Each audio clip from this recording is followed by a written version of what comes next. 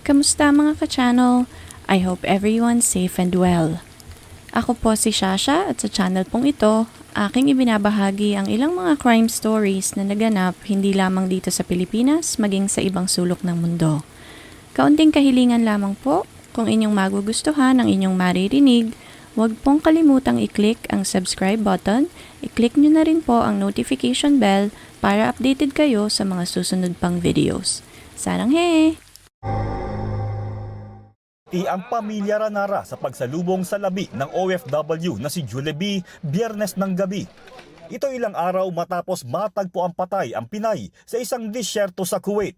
The body, if I may describe it, was intact. There were signs of it being burned. It was really heartbreaking. The husband and siblings broke down as expected upon seeing the state of Julie B's body. Ang bansang Kuwait ay isa sa top destination ng ating mga kababayang OFW na naghahangad ng mas magandang kinabukasan para sa kani-kanilang pamilya. Tinatayang nasa 268,000 overseas Filipino workers ang nagtatrabaho sa Kuwait sa kasalukuyan at karamihan sa mga ito ay mga domestic helper. Ang kalimitang sweldo ng isang domestic helper sa Kuwait ay nasa 17,000 pesos hanggang 25,000 pesos lamang. Maliit kung ituturing, ngunit di hamak na mas malaki kaysa sa sweldo ng isang kasambahay dito sa ating bansa. Marami sa ating kababayan ang nahihikayat na magtrabaho sa Kuwait dahil bukod sa mas mataas na sweldo, mababa ang placement fee sa bansang ito, mas mabilis ang proseso at wala ring tax na ini-impose sa mga domestic helper na nagtatrabaho dito. Ang mga OFW sa bansang Kuwait ay kailangang sumunod sa tinatawag na kafala system. Isa itong sponsorship system kung saan pinahihintulutan ng gobyerno ang mga employers na i-monitor at limitahan ang galaw ng mga migrant workers. Sa bisa ng kafala system, ang domestic worker ay maaalis sa proteksyon ng labor law ng host country, leaving their legal status solely sa mga kamay ng kanilang sponsor. Dahil sa ganitong setup, kadalasan ay nauuwi ito sa hindi patas at hindi makataong pagtrato sa mga Pilipino.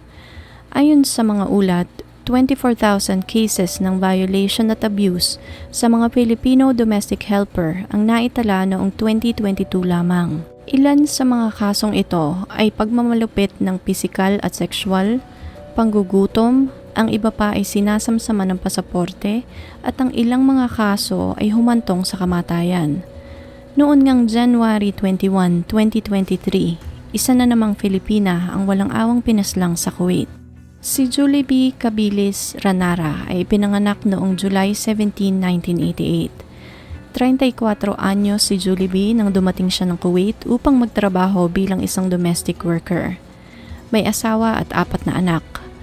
Ayon sa pamilya at malalapit na kaibigan ni Julie B. ay isa itong mabait, masipag, masayahin na anak, kapatid at kaibigan. Dahil sa pagnanais na mabigyan ng mas maayos na buhay ang kanyang 4 na anak, at mga tumatanda ng magulang ay nagpasya si Ranara na mangibang bayan muli. Nauna nang nagtrabaho sa Bahrain si Julie B. bilang isang domestic helper din. Isang dahilan din kung bakit nagdesisyon si Julie B. na mangibang bayang muli ay dahil wala silang sariling bahay. Isa sa mga plano ni Julie B. ay ang makabili ng sariling bahay para sa kanyang pamilya. Noon ngang July 2022, bitbit ang kanyang maleta na puno ng pag-asang bubuti ang kanilang pamumuhay. Bumiyahe si Ranara ng 5,000 milya papuntang Kuwait sa ilalim ng pamamahala ng Catalyst International Agency dito sa Pilipinas. Nagsilbi siyang domestic worker sa isang Kuwaiti family doon. Matapos ang 6 na buwan, noon ngang January 21, 2023, natagpuan ang katawan ni Julie B. Ranara na nakalibing sa Salmi Al-Jarrah Governorate, isang disyerto sa Kuwait. Anang buhay, sunog ang katawan at basag ang bungo. Ayon sa mga report ay hinalay din ito at 4 na buwang buntis nang ito ay mapas lang ng 17 anyos na binatang anak ng kanyang employer. Palaging updated ang pamilya ni Ranara sa kanyang estado at kondisyon sa ibang bansa. Ayon pa sa kanyang ina na si Norlinda Kasim Cabilis, ay nakausap pa nila si Julie B noong gabi bago ito mapaslang. Inilahad di umano ni Ranara ang takot nito sa anak ng kanyang amo. Pinagbantaan di umano siya ng anak ng kanyang employer. May isa pang pagkakataon na tinutukan siya nito ng patalim. Kinabukasan ay hindi na nila makontak si Julie B, kaya minabuti ng kanyang ina na kontakin ang isang kaibigan ni Julie B na nasa Kuwait din, ngunit hindi nito masagot kung ano ang nangyari sa kanilang anak. Ang sinasabi lang post niya sa akin, yung nirereklamo niya, yung anak na lalaki nga po. Kasi minsan po, tinututukan daw pa talaga siya ng kutsilyo noon. Kaya lang, sabi ko nga sa kanya, anak, umuwi ka na lang kasi baka mamaya may mangyari sa'yo. Sabi niya, ma, kaya ko pa naman. Kasi, kumbaga siguro, paminsan-minsan lang naman na parang sinusumpong. Pagaling sa eskwela, paghubad niya ng mga damit, tapon sa mukha niya, sapatos. Kinabukasan nga, January 21, 2023, ay natagpuan sa Algera Governorate ang wala ng buhay na katawan ni Julie B. Ayon sa mga report, 4 na buwang buntis si Ranara. Hinalay ito, binugbog at pagkatapos ay dinala sa disyerto. Binangga pa di umano ng 17 anyos na binata ng 2 beses ang katawan ni Ranara. Pagkatapos ay sinunog ang katawan at ibinoon sa Algera Governorate. Pumutok agad ang balitang ito sa social media at napakaraming netizens ang nagbigay ng kani-kanilang mga opinyon at saloobin. Samot-saring opinyon at haka-haka ang lumabas sa TikTok at iba pang social media platform. Dininig din sa Senado ang kaso ni Julie B kasama ang ilan sa ating mga senador. Hindi napigilang uminit ang ulo ni Senator Raffy Tulfo at Senator Villanueva dahil sa akusasyon ng agency kay Ranara na ito nga daw ay nagkaroon ng relasyon sa alagang binatilyo. Ayon sa abogado ng Catalyst International ay hindi daw sila nagkulang sa pagmomonitor sa napaalis nilang mga OFW. Iginiit din ng abogado ng ahensya na hindi nakarating sa kanila ang balita na inaabuso si Julie B ng kanyang employer. Palagi raw nilang chinecheck ang kalagayan nila kaya hindi nila maintindihan kung ano ang nangyari. Dito na uminit ang ulo ni Senator Raffy Tulfo at Villanueva dahil walang basihan lahat ng kanilang paratang kay Ranara na tila ba sinisisi pa nila ang biktima.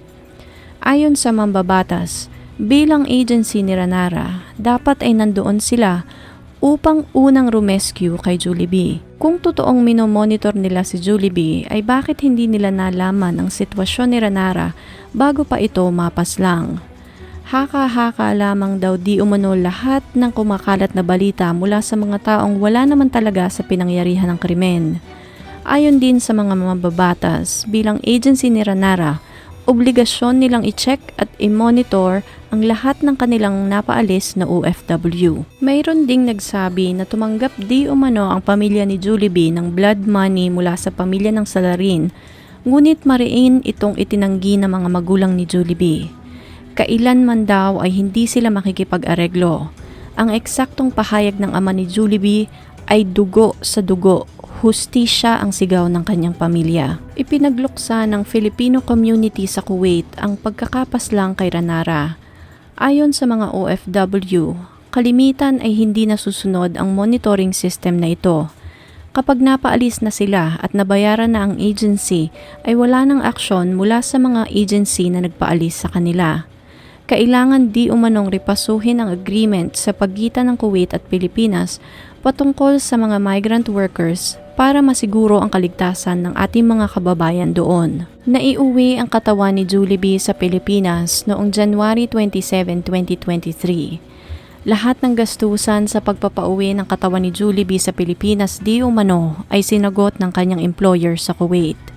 Umalis ng bansa na buhay at malusog, ngunit umuwi na wala ng buhay at nasa isang kahon na lamang si Julie B. Labis ang pagdadalamhati ng mga magulang at kaanak ni Julie B. Hindi nila lubos akalain na ito ang sasapitin ng kanilang mabait na anak na ang tanging hangad lamang ay bumuti ang kanilang pamumuhay. Pag naalala ko yung ginawa sa kanya, naiiyak, miskin nag-iisa ako. Naiiyak ako. Ano niya kasi sa akin ito alis ko na to, ginawa na kayo. Yung palang ginawa na to, ito pala yun. Diyos ko.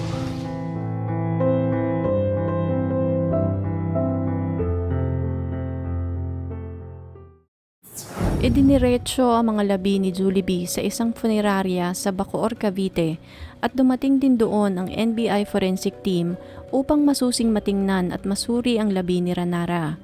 Buhos ang suporta ng pamilya, gobyerno at publiko sa pamilya ni Ranara. Nagsimula ang buhol ni Ranara noong January at nagtagal ito ng halos 2 linggo alinsunod na rin sa hiling ng kanyang pamilya.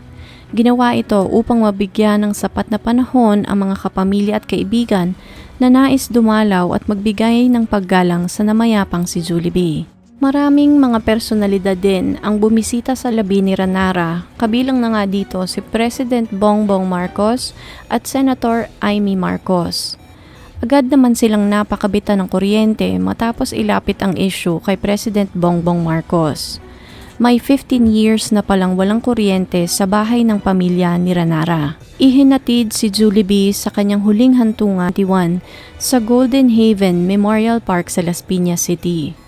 Kapamilya, malalapit na kaibigan at ilang kasamahang OFW lamang ang pinayagang dumalo sa huling misa para kay Julie B. Sa isa sa mga interview ay ipinahayag ng OWA Administrator na si Arnel Ignacio na although walang salapi o pera na katumbas ang buhay ni Ranara, siniguro nila na sapat ang tulong pinansyal na nararapat tanggapin ng pamilya ni Ranara. Nangako din ang gobyerno na tutulong sila sa pamilya ni Julie B na maisulong ang kaso para mabigyan ng hustisya ang pagkamatay niya. Mayroon din di umanong insurance si Julie B kaya makakatanggap ang pamilya ni Ranara ng pera mula sa insurance company. Dagdag pa dito, dahil legal ang pag-alis ni Ranara papuntang Kuwait, ay mabibigyan ng scholarship lahat ng mga anak ni Ranara hanggang college. Tiniyak naman ni Arnel Ignacio na pag-iigtingin nila ang kanilang hotline service nang sa ganon ay lalong mapaagap ang pag-rescue sa mga kababayan nating OFW na nasasangkot sa mga ganitong krimen sa ibang bansa. Binanggit din ni Arnel Ignacio na hindi mababasura ang pangarap ni Julie B na magkaroon ng sariling bahay ang kanyang pamilya dahil titiyak hindi umano ng pamilya Villar na magkakaroon ng bagong bahay ang pamilya ni Julie B. Naging mainit na issue ang pagkamatay ni Ranara sa buong bansa dahil sa lumalalang sitwasyon at kalagayan ng mga kababayan nating domestic helper sa Middle East. Ang tanging hiling ng ating mga kababayan doon ay hustisya para kay Julie B at ang mapauwi na ang mga iba pang distressed OFW mula sa Kuwait na nasa shelter ng Philippine Embassy. Ayon sa kanila ay araw-araw na nadadagdagan ang mga distressed OFW sa shelter dahil napakabagal di umano ng repatriation process ng Pilipinas. Hinikayat din ni Overseas Filipino Worker Party List Representative Marisa Del Mar Magsino na i-blacklist ang mga employers na may record ng pagmamalupit at iba pang uri ng pang-aabuso sa mga OFWs at pati na rin ang mga agency na patuloy na tumatanggap sa mga employers na may bad record upang hindi na maulit ang mga ganitong insidente. Sa kasalukuyan ay may kasong kinakaharap ang agency ni Ranara na Catalyst International, pati na rin ang counterpart nitong Platinum International Office for Recruitment of Domestic Manpower sa Kuwait. Nagsalita din ang Foreign Minister na si Sheikh Salem Abdullah Al-Jaber Al-Subah at nagparating ito ng pakikiramay sa pamilya ni Ranara. Kinundina ng Kuwaiti official ang karumaldumal na pagpaslang ng kanilang kalahi kay Ranara. Dinagdag pa ng Sheikh na ang aksyon di umano ng batang ito ay hindi sumasalamin sa karakter at values ng lipunan, mamamayan at gobyerno ng Kuwait. Tinalakay din ni Sheikh Salem at Philippine Charge d'Affaires Jose Cabrera ang bilateral na relasyon sa pagitan ng Pilipinas at Kuwait at nagpahayag ng parehong commitment upang mas mapaayos ang katayuan ng ating mga kababayan sa Kuwait. Ang kaso ni Julie B ay patuloy pa rin sa paggulong. Although nasa kustudiya na ng mga pulis ang salarin, hindi pa rin nasisentensyahan ang 17 anyos na pumaslang kay Julie B. Ipinangako ng ating gobyerno na isusulong nila ang kaso ni Julie B upang makamit ang katarungan, gayon din ang gobyerno ng Kuwait. Sana'y makamit ng pamilya Ranara ang hustisya para kay Julie B sa lalong madaling panahon.